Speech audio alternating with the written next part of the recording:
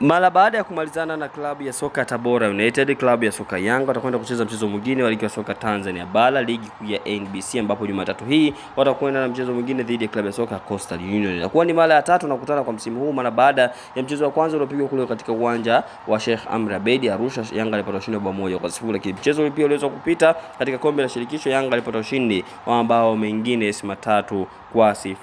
Yes, alipata ushindi wa mabao 3-0 kutoka kwa hao Coastal Union. Wanamangu shakili, kumbuka klabu ya soka Yanga watakuwa nyumbani katika uwanja wa KMC, uwanja wa Manispaa KMC. Kumbuka ni raundi ya 25 mchezo wa ligi ya soka Tanzania Bara. Katika michezo mitano ya mwisho Yanga ameshinda michezo yote, huku Coastal Union akipata sare michezo mitatu na akipoteza michezo miwili. Yanga amepata ushindi mzito dhidi ya KMC katika michezo mitano ya mwisho akifunga mabao 6-1, lakini kwa kichapo kizito zaidi alichopoteza Coastal Union katika mchezo wa ligi ya soka Tanzania Bara ni mabao 3-0. Lakini pia unavyoambiwa, habari kubwa kuelekea katika mchezo huu ni kwamba klabu ya soka Yanga wao wamefunga magoli 19 katika michezo yao mitano ya mwisho. Lakini kwa upande pia klabu ya soka Yanga, Prince Dube ni mfungaji bora, yes, ambao mpaka hivi sasa akiwa na mabao 12 kwa upande wa klabu ya soka ya Dar es Salaam Africa, yes, naomba hivi. Lakini pia kwa Coastal Union wao wamefunga goli moja tu katika michezo yao mitano ya mwisho, na ni hatari sana. Lakini pia hawajashinda katika michezo yao 7 ya mwisho ambao wameweza kucheza mpaka hivi sasa. Wanakwenda kukutana na klabu ya soka Yanga ambao wao ndio vinara ligi ya soka Tanzania Bara katika michezo 23 waliocheza,